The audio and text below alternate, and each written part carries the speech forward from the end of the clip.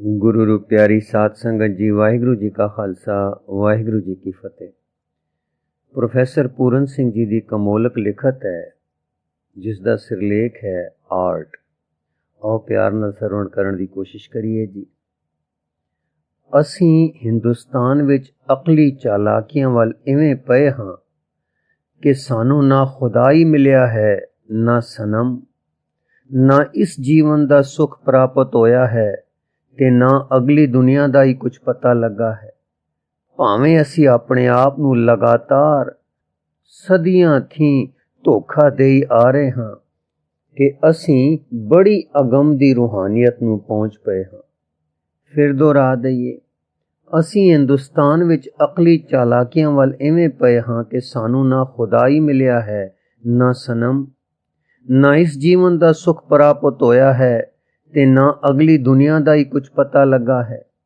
भावें असी अपने आप नू लगातार सदियां थी धोखा दे आ रहे हां कि असी बड़ी अगम दी रूहानियत नू पहुंच पए हां। ये साडा अकली बुखार तद उतरदा है जद असी जापान जैसे मुल्क जाके देखिए कि लोकी किस तरह रहंदे बहंदे हन। उन्हां अपने बाग किस तरह स्वर्ग दे नंदन बन वांग सजाए होए हन।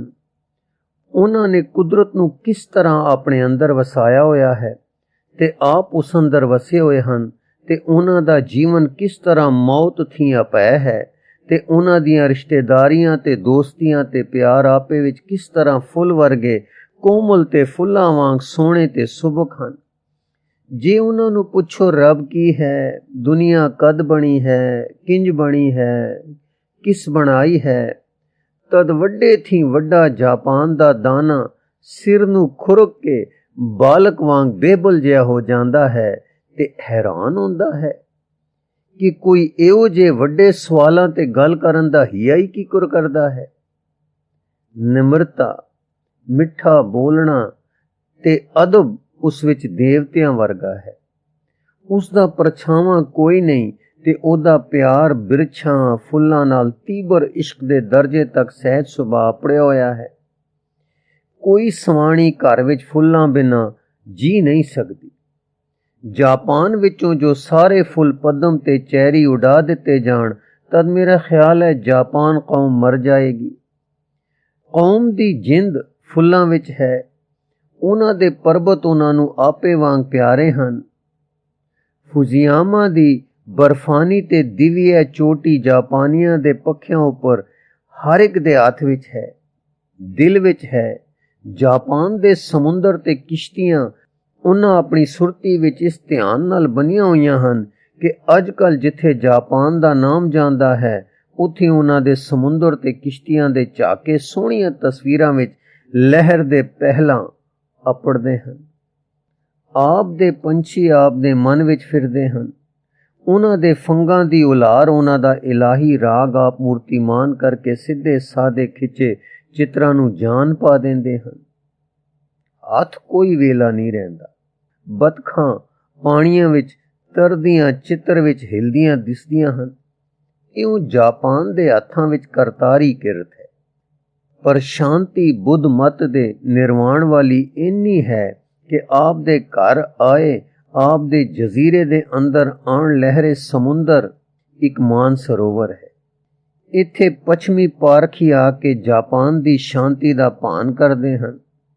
ਉਹ किनारे पुर बांस ते कखां दियां चमकदियां झुग्गियां ਜਿਹੜੀਆਂ जापानी चित्रां विच बर्लिन या न्यूयॉर्क देखियां सन, हू बहू ਉਹੋ ਹੀ चित्र रूप चमकदी सादगी विच समुंदर दे किनारे पिंड रूप विच हन। कामाकुरा ते एनोशिया आदि, निको ते हाकोनो आदि जिस तरह चित्रां विच देखे सन उसी तरह हन। एक शांति जींदी शांति सारे देश विच जिंज चने दी चाननी राती झुग्गियां ते जंगलां उपर पै के उन्हां नू अपूर्व शांत विच धो देंदी है। इस तरह दिन दिहाड़ी उस अद्धी रात चाननी दा शांत प्रभाव है। फजूल गल कोई नहीं करदा, खां मखा कोई शोर नहीं, बच्चा कोई रोंदा नहीं, जनानी लड़दी नहीं, खावंद कोई जनानी ते गुस्से नहीं होंदा। काम क्रोध लोभ मोह हंकार सब हन ਪਰ ਸ਼ਾਂਤ ਰਸ ਦੇ ਹਨ। ਸਤੋ ਗੁਣ ਜੀਵਨ ਵਿੱਚ ਘੁਲਿਆ ਹੋਇਆ ਹੈ। ਰਜੋ ਗੁਣ ਕਦੀ ਕਦੀ ਆਉਂਦਾ ਹੈ ਤੇ ਉਸ ਦਾ ਜ਼ੋਰ ਸਾਰਾ ਕਿਸੇ ਦੀ ਆਪਣੀ ਨਿਮਾਣੀ ਜਿੰਦ ਤੇ ਪੈਂਦਾ ਹੈ। ਦੂਸਰੇ ਕਿਸੇ ਨੂੰ ਕੋਈ ਖੇਚਲ ਨਹੀਂ ਦਿੱਤੀ ਜਾਂਦੀ। ਜਾਪਾਨ ਦਾ ਵਜ਼ੀਰ ਆਜ਼ਮ ਸਾਈਕੋ ਦਾ ਲਿਖਿਆ ਹੈ, ਘੜੀਆਂ ਹੀ ਆਪਣੇ ਮਿੱਤਰਾਂ ਦੇ ਦਰਵਾਜ਼ੇ ਉੱਪਰ ਜਾ ਕੇ ਬਾਹਰ ਖੜਾ ਰਹਿੰਦਾ ਸੀ। ਮਤੇ ਬੂਆ ਖੋਲਣ ਨਾਲ ਤੇ ਬੂਏ ਨਾਲ ਲੱਗੀ ਪਿੱਤਲ ਦੀ ਘੰਟੀ ਵੱਜਣ ਨਾਲ ਮੇਰੇ ਅੰਦਰ ਬੈਠੇ ਮਿੱਤਰਾਂ ਦੇ ਅੰਤਰੀਵ ਦੇ ਸੁੱਖ ਤੇ ਚੁੱਪ ਵਿੱਚ ਕੋਈ ਖਲਲ ਪਵੇ। ਅਹਿੰਸਾ ਦੀ ਹੱਦ ਹੋ ਗਈ। ਨਿਰਵਾਣ ਦਾ ਪਤਾ ਸਾਰੇ ਮੁਲਕ ਦੇ ਨਿੱਕੇ ਵੱਡੇ ਨੂੰ ਲੱਗ ਗਿਆ। ਮੌਤ ਥੀ ਪਰੇ ਦੇਸ਼ ਹਨ। ਉਹਨਾਂ ਨਾਲ ਸਿਦਕ ਦੇ ਰਾਹੀ ਆਵਾਜਾਵੀ ਸਭ ਲਈ ਖੁੱਲ ਗਈ। ਬਾਗ ਤੇ ਜੰਗਲ ਘਰਾਂ ਵਿੱਚ ਆ ਵਸੇ ਤੇ ਆਪਣੀ ਇਕਾਂਤ ਘਰਾਂ ਨੂੰ ਦੇਣ ਲੱਗ ਪਏ ਤੇ ਘਰ ਉੱਠ ਕੇ ਆਪਣੀ ਫੰਗਾਂ ਵਰਗੀਆਂ ਫੁੱਲਾਂ ਦੀਆਂ ਪੰਖੜੀਆਂ ਵਰਗੀਆਂ ਦੀਵਾਰਾਂ ਸਮੇਤ ਜੰਗਲਾਂ ਤੇ ਨੰਦਨ ਬਾਗਾਂ ਵਿੱਚ ਜਾ ਵਸੇ ਤੇ ਉੱਥੇ ਸ਼ਹਿਰਾਂ ਦੀ ਚਹਿਲ ਬਹਿਲ ਲੱਗਣ ਲੱਗ ਗਈ। ਆਦਮੀ ਇੱਕ ਆਪ ਕੁਦਰਤ ਧਾਰੀ ਹੋ ਗਿਆ ਤੇ ਕੁਦਰਤ ਆਦਮੀ ਧਾਰੀ ਬਣ ਗਿਆ। ਇਉਂ ਜਾਪਾਨ ਸਦੀਆਂ ਤੱਕ ਬੁੱਧ ਮਤ ਨੂੰ ਪਾ ਕੇ ਚੁੱਪ ਰਿਹਾ, ਜਿਵੇਂ ਪੱਤੀਆਂ ਵਿੱਚ ਢੱਕੀ ਗੁਲਾਬ ਦੀ ਡੋਡੀ। ਗੁਲਾਬ ਦੀ ਡੋਡੀ ਡਾਢੀ ਜੀਵਨ ਚੰਚਲਤਾ ਵਿੱਚ ਵੀ ਸੁਫਨੇ ਰਸ ਵਿੱਚ ਟਿਕੀ ਹੋਈ ਹੈ। ਜਦ ਬਸੰਤ ਦਾ ਸੁਗੰਧਿਤ ਸਵਾਸ ਕਿਧਰੇ ਆਉਣ ਲੱਗਦਾ ਹੈ, ਕਰਾਮਾਤ ਵਾਂਗੂ ਇੱਕ ਦਮ ਬਦਮ ਵਿੱਚ ਸਾਰਾ ਖਿੜਿਆ ਫੁੱਲ ਬਣ ਪ੍ਰਕਾਸ਼ਦੀ ਹੈ। ਗੁਲਾਬ ਦੀ ਡੋਡੀ ਦੀ ਨੀਂਦਰ ਯੋਗ ਦੀ ਨੀਂਦਰ ਹੈ। ਗੁਲਾਬ ਦੀ ਡੋਡੀ ਸੱਚੀ ਸਮਾਧੀ ਵਿੱਚ ਹੈ। ਜੀਵਨ ਚੁੱਪ ਹੈ। ਠੀਕ ਉਸੀ ਤਰ੍ਹਾਂ ਜਾਪਾਨ ਆਪਣੇ ਅੰਦਰ ਹੀ ਬੁੱਧ ਦੇਵ ਦੇ ਨਿਰਵਾਣ ਤੇ ਨਿਰਵਾਣ ਦੀ ਸਮਾਧੀ ਦੇ ਆਨੰਦ ਨੂੰ ਜਰਦਾ ਰਿਹਾ ਤੇ ਜਦ ਬਾਹਰ ਆਇਆ ਤਾਂ ਸਾਰਾ ਜਾਪਾਨ ਮੰਦਰਾਂ, ਬੁੱਧ ਦੇ ਸੋਹਣੇ ਬੁੱਤਾਂ, ਆਪਣੀ ਰਸਕ ਕਿਰਤ ਦੀਆਂ ਅਨੇਕ ਗੁਲਕਾਰੀਆਂ, ਆਪਣੇ ਬਣਾਏ ਨੰਦਨ ਬਾਗ, ਆਪਣੇ ਸਜਾਏ ਬਣ, ਸਾਰੇ ਇੱਕ ਸਹਿਜ ਦਲ ਕਵਲ ਵਾਂਗ ਖਿੜਿਆ ਦਿਸਿਆ। ਆਪ ਦੇ ਬਾਗਾਂ ਵਿੱਚ ਸਦੀਆਂ ਦੇ ਭਾਵ ਨਾਲ ਧੋਤੇ ਪਿਆਰ ਕਾਂਬਿਆਂ ਨਾਲ ਪੱਥਰ ਦੀਆਂ ਪੌੜੀਆਂ ਬਣਾ ਰੱਖੀਆਂ ਹਨ ਤੇ ਉਹਨਾਂ ਦੇ ਸਾਹਮਣੇ ਸੇਧ ਵਿੱਚ ਪੱਥਰਾਂ ਦਾ ਰਾਹ ਬਣਾਇਆ ਹੈ ਤੇ ਰਾਹ ਦੇ ਦੋਵੇਂ ਪਾਸੇ ਪੱਥਰਾਂ ਦੀਆਂ ਲਾਲਟੈਨਾਂ ਪੱਥਰ ਦੇ ਥੰਮਾਂ ਤੇ ਰੱਖੀਆਂ ਹਨ। ਸਦੀਆਂ ਥੀ ਬਣੀਆਂ ਹਨ। ਸਦੀਆਂ ਥੀ ਉਸ ਉੱਪਰ ਬੁੱਧ ਦੇ ਪਿਆਰੇ ਭਗਤ ਸਦਾ ਟੁਰਦੇ ਰਹੇ ਹਨ, ਪੌੜੀਆਂ ਚੜ੍ਹਦੇ ਰਹੇ ਹਨ। ਜਾ ਕਿੱਥੇ ਰਹੇ ਹਨ? ਜਿੱਥੇ ਯਾਤਰੂ ਜਾਂਦੇ ਹਨ। ਇਹੋ ਪੌੜੀਆਂ ਚੜ੍ਹਨਾ ਹੀ ਧਰਮ ਹੈ, ਕਿਧਰੇ ਨਾ। ਆਪਣਾ ਹੀ ਰਸ ਦਾ ਇੰਤਜ਼ਾਰ ਹੈ। ਸਦੀਆਂ ਚੈਰੀ ਦੇ ਫੁੱਲ ਦੀਆਂ ਪੰਖੜੀਆਂ ਨੂੰ ਬਸੰਤ ਹਵਾਵਾਂ ਉਹਨਾਂ ਰਾਹਾਂ ਤੇ ਵਿਛਾਉਂਦੀਆਂ ਹਨ ਤੇ ਸਾਵੀ ਮਖਮਲ ਵਾਂਗ ਕਾਈ ਪੱਥਰ ਉੱਪਰ ਜੰਮ ਰਹੀ ਹੈ। ਉਸ ਵਿੱਚ ਸਦੀਆਂ ਦੇ ਪਿਆਰ ਦੀ ਖੁਸ਼ਬੂ ਹੈ। ਕਈ ਵੇਰੀ ਇਹਨਾਂ ਲੰਮੀਆਂ ਸਦੀਆਂ ਵਿੱਚ ਸ਼ਾਮਾਂ ਵੇਲੇ ਭਗਤਾਂ ਦੇ ਲਾਲਟੈਨਾਂ ਵਿੱਚ ਦੀਵੇ ਬਾਲੇ, ਲੱਖਾਂ ਵੇਰੀ ਇੱਥੇ ਨਮੋ ਬੁੱਧ ਦੇ ਮੰਤਰਾਂ ਦਾ ਪਾਠ ਹੋਏ। ਅੱਜ ਇਹਨਾਂ ਭਾਵਾਂ ਤੇ ਭਾਵਨਾ ਦੇ ਸਮੂਹ ਦੇ ਅਮਲਾਂ ਨੇ ਇਹਨਾਂ ਪੱਥਰਾਂ ਨੂੰ ਵੀ ਇਉਂ ਜਾਪਦਾ ਹੈ ਨਿਰਵਾਣ ਦਾ ਸੁੱਖ ਦੇ ਦਿੱਤਾ ਹੈ। ਪੱਥਰ ਰੂਹ ਹੋ ਗਏ ਹਨ। ਜਦ ਪੱਛਮੀ ਲੋਕੀ ਇੱਥੇ ਆਉਂਦੇ ਹਨ ਤਾਂ ਵੇਖ ਵੇਖ ਹੈਰਾਨ ਹੁੰਦੇ ਹਨ ਕਿ ਪੱਥਰ, ਇੱਕ ਇੱਕ ਪੱਥਰ ਕਿਸ ਤਰ੍ਹਾਂ ਮੰਦਰ ਰੂਪ ਹੋ ਰਹੇ ਹਨ। ਨੰਗੇ ਪੈਰ ਇਹਨਾਂ ਪਰ ਜਾਣ ਤੇ ਰੂਹ ਕਰਦਾ ਹੈ। ਇਹਨਾਂ ਨੂੰ ਚੁੰਮਣ ਤੇ ਦਿਲ ਕਰਦਾ ਹੈ। ਇਹਨਾਂ ਪੌੜੀਆਂ ਨੂੰ ਮੱਥਾ ਟੇਕਣ ਤੇ ਦਿਲ ਕਰਦਾ ਹੈ। ਮੱਲੋ ਮੱਲੀ ਸ਼ਾਂਤ ਰਸ ਛਾਂਦਾ ਹੈ। ਮੱਲੋ ਮੱਲੀ ਪੂਜਾ ਦੇ ਭਾਵ ਨਾਲ ਜਕੜੇ ਜਾਂਦੇ ਹਨ। ਹਿੱਲਣ ਤੇ ਦਿਲ ਨਹੀਂ ਕਰਦਾ। ਸਮਾਧੀ ਭਾਵ ਜਿਹੀ ਛਾਂਦੀ ਹੈ। ਪਰ ਇਸ ਸਾਦਾ ਜਿਹੀ ਥਾਂ ਤੇ ਅਨੇਕਾਂ ਰੂਹਾਂ ਦੇ ਪਿਆਰਾਂ ਦੇ ਮੀਂਹ ਪਏ ਹਨ। ਅਨੇਕ ਰੂਹਾਂ ਦੀ ਸਮਾਧੀ ਇੱਥੇ ਵਸਦੀ ਹੈ। ਉਹ ਅਦ੍ਰਿਸ਼ਟ ਤਾਂ ਦਿਸਦਾ ਨਹੀਂ, ਪਰ ਅਸਰ ਇਹ ਹੈ। ਇੱਕ ਜਾਪਾਨ ਦੀ ਗਾਉਣ ਵਾਲੀ ਨਾਇਕਾ ਗੈਸ਼ਾ ਨੂੰ ਇਹਨਾਂ ਮੁਤਬਰਕ ਪੌੜੀਆਂ ਨੂੰ ਵੇਖ ਕੇ ਉਹ ਆਨੰਦ ਮਿਲਦਾ ਹੈ ਜੋ ਇੱਕ ਜਾਪਾਨ ਦੇ ਬਾਦਸ਼ਾਹ ਦੀ ਮਲਿਕਾ ਨੂੰ। ਇਸ ਸਿਮਰਨ ਦੇ ਸੰਗ੍ਰਹਿ ਦੇ ਪ੍ਰਭਾਵ ਹੇਠ ਗੈਸ਼ਾ ਦੇ ਨੈਣ ਇਲਾਹੀ ਰਸ ਦੇ ਅਥਰੂਆਂ ਨਾਲ ਸੇਜਲ ਹੁੰਦੇ ਹਨ। ਖੜੀ ਓਏਨ ਦੇ ਚੈਰੀ ਬਾਗ ਵਿੱਚ ਉਹਨਾਂ ਪੁਰਾਣੀਆਂ ਪੌੜੀਆਂ ਤੇ ਕਹਿੰਦੀ ਹੈ, ਨਮੋ ਬੁੱਧਾ, ਤੇ ਆਖਦੀ ਹੈ, ਮਾਲਕ मैं निकारी भी तेरे वल जांदे राह दियां पौड़ियां ते खड़ी हां। मैं भी सदा तेरे वल जा रही। सुखी वसन ओ जिन्हां ए पौड़ियां हर खास आम वास्ते बना दित्तियां। राह बना दिते ते सब कोई ते मैं भी इन्हां राहां ते टुर सकदी हां। मैं भी अपनी नैण आप वल मोड़ सकदी हां। नैण मेरे आप दे पद्म चरणां नूं छो सकदे हन। मेरे निमाणी दे दिल थी असीस निकलदी है। मैं की भेंट कर सकदी हां। आप दे ए चैरी दे फुल्लां दे बाग विचों फुल तोड़ के देवां। मैं तां सारे बाग ये सारे मिलक फुल्लां दे आप दे अर्पण करदी हां। उधर एक महारानी एम्प्रेस कोमियों बुद्ध मत ते घोल घुमाई हुई अपनी लड़की समेत जिदा नाम कोकिन सी ते जो ओदे बाद तखत ते बैठी बुत दे मंदिर बनवा रही है। आप खड़ी हुई है ते पत्थर घड़े जा रहे हन ते घाड़त करन वालियां दे हत्थां विच फड़े लोहे दे हथियार लग के पत्थर विचों अरदास वर्गे कांबे निकल रहे हन। एक अनोखे जोश विच एम्प्रेस दी छाती फट के अरदास निकलदी है। ਇਹ ਸ਼ਬਦ ਜੋ ਇਹਨਾਂ ਔਜ਼ਾਰਾਂ ਨਾਲ ਇੱਥੇ ਹੋ ਰਿਹਾ ਹੈ, ਇਉਂ ਮੁਬਾਰਕ ਗੂੰਜ ਸਵਰਗਾਂ ਵਿੱਚ ਗੂੰਜੇ। ਇਹੋ ਮੁਬਾਰਕ ਆਵਾਜ਼ ਧਰਤੀ ਦੇ ਦਿਲ ਨੂੰ ਪਿਆਰ ਚੀਰਾਂ ਪਾਉਣ। ਪਿਤਾਵਾਂ ਮਹਾਂ ਪਿਤਾਵਾਂ ਦੀ ਖਾਤਰ ਇਹ ਉਹੀ ਮਾਵਾਂ ਮਹਾਂ ਮਾਵਾਂ ਖਾਤਰ ਇਹ ਹੋਵੇ। ਸਰਬੱਤ ਦੇ ਭਲੇ ਲਈ ਇਹ ਹੋਵੇ।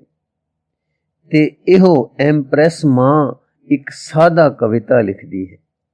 जद वो फुल बुद्ध नूं चढ़ाण दे जोश विच आउंदा है, जे मैं तोड़ां तद मेरे हथ दी मैल फुल्लां नूं मैला करेगी। इस करके मैं इन्हां हरे खेतां विच खड़ी हवा नाल हिलदे फुल्लां नूं आज जुगात ते हुण दे बुद्धां नूं चढ़ांदी हां। बुद्ध दे निर्वाण दे समय विच अनेक डोडियां दा खिड़िया होया फुल वर्गा जापान इउं प्रतीत होंदा है जिवें एशिया दे होर मुल्कां खास कर हिंदुस्तान दे काले हनेरे तले दे चिकड़ां विच उगिया एक फुल दा बिरछ टेढ़ा हो सूरज दी सुनहरी किरण नूं टोलदा पेज जे खांदा तिब्बत चीन मलाया दे जजीरियां उपरों होंदा आखिर जापान विच जाके खिड़िया ते उथे इहदे फुल्लां दा कोई अंत ना रहा। सो जद कोई एशिया दे आर्ट दा प्रभाव देखना होवे तद जापान दे आर्ट विच ही देख सकीदा है। ते आर्ट सब थी पहला लोकां दे अपने जीवन विच आउंदा है। उथे रस रूप हो सिंजरदा है, झरदा है ते जद गिरां विचों फुटदा है तद ओ चित्रकारी पत्थरां दे बुद्ध दे चित्र बनाण विच पूर्णता नूं प्राप्त होंदा है ते मनुखां जुड़े समूहां दे दिल विच दी फुटदा है। तद उन्हां दे रहण वाली धरत आकाश नूं अनोखे गहणे पा के इउं सजा दिंदा है जिवें देवी देवतियां दा स्वर्ग। इहो है सो बुद्ध जी दा निर्वाण रस ते अलौकिक समाधि जापान दे समूहां पर अंमृत वर्खा वांग पई ते निरा एक ही निहाल नहीं होया। सारी कौम दी कौम वड्डा निक्का पापी पुन्नी सब निहाल होए ते सदियां ये गुण वो अपने अंदर सिंजरदे रहे।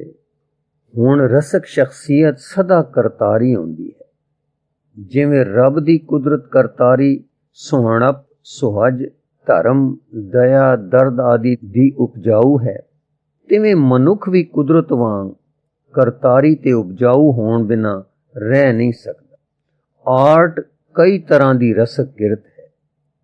जिवें पर्बतां थी रवाना होया दरिया बागां विच फुल ते फल उपजाऊ है, तिवें ए दिव्य इंसानियत दा दरिया जद कौमां दे दिलां विचों उन्हां दी तीबर संगम दे दीवारां ते दरवाज़ियां दे कुफल तोड़ के बाहर निकलदा है तद रसक किरत दियां अनेक ते समूही करामातां विच बदलदा है। पर केवल उस हालत विच जद भगती ध्यानी होवे, समाधि शख्सी होवे, प्यार किसी आदर्श मनुख दा होवे। जिस तरह बुद्ध मत विच बुद्ध जी दा, जिस तरह ईसाई मत विच ईसा जी दा ते सिख मत विच गुरु साहिबान दा बिना इस उच्ची दिव्य गुरमुख दी पूजा दे, ध्यान दे, सिमरन दे, नाम दे आर्ट नहीं उपजता। फिर दोहरा दईए, आर्ट कई तरह की रसक किरत है। जिवें परबतां थी रवाना होया दरिया बागां विच फुल ते फल उपजाऊ है, तिवें ए दिव्य इंसानियत दा दरिया जद कौमां दे दिलां विचों उन्हां दी तीबर संगम दे दीवारां ते दरवाज़ियां दे कुफल तोड़ के बाहर निकलदा है, तद रसक किरत दियां अनेक ते समूही करामातां विच बदलदा है। पर केवल उस हालत विच जद भगत ध्यानी होवे, समाधि शख्सी होवे, प्यार किसी आदर्श मनुख दा होवे, जिस तरह बुद्ध मत विच बुद्ध जी दा, जिस तरह ईसाई मत विच ईसा जी दा ते सिख मत विच गुरु साहिबान दा।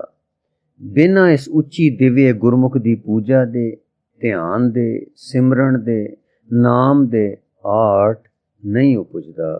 गुरु रू प्यारी साध संगत जी, इस लिखत दा अगला हिस्सा आप जी नूं अगे पढ़ के सरवण कराउण दी कोशिश करांगे जी।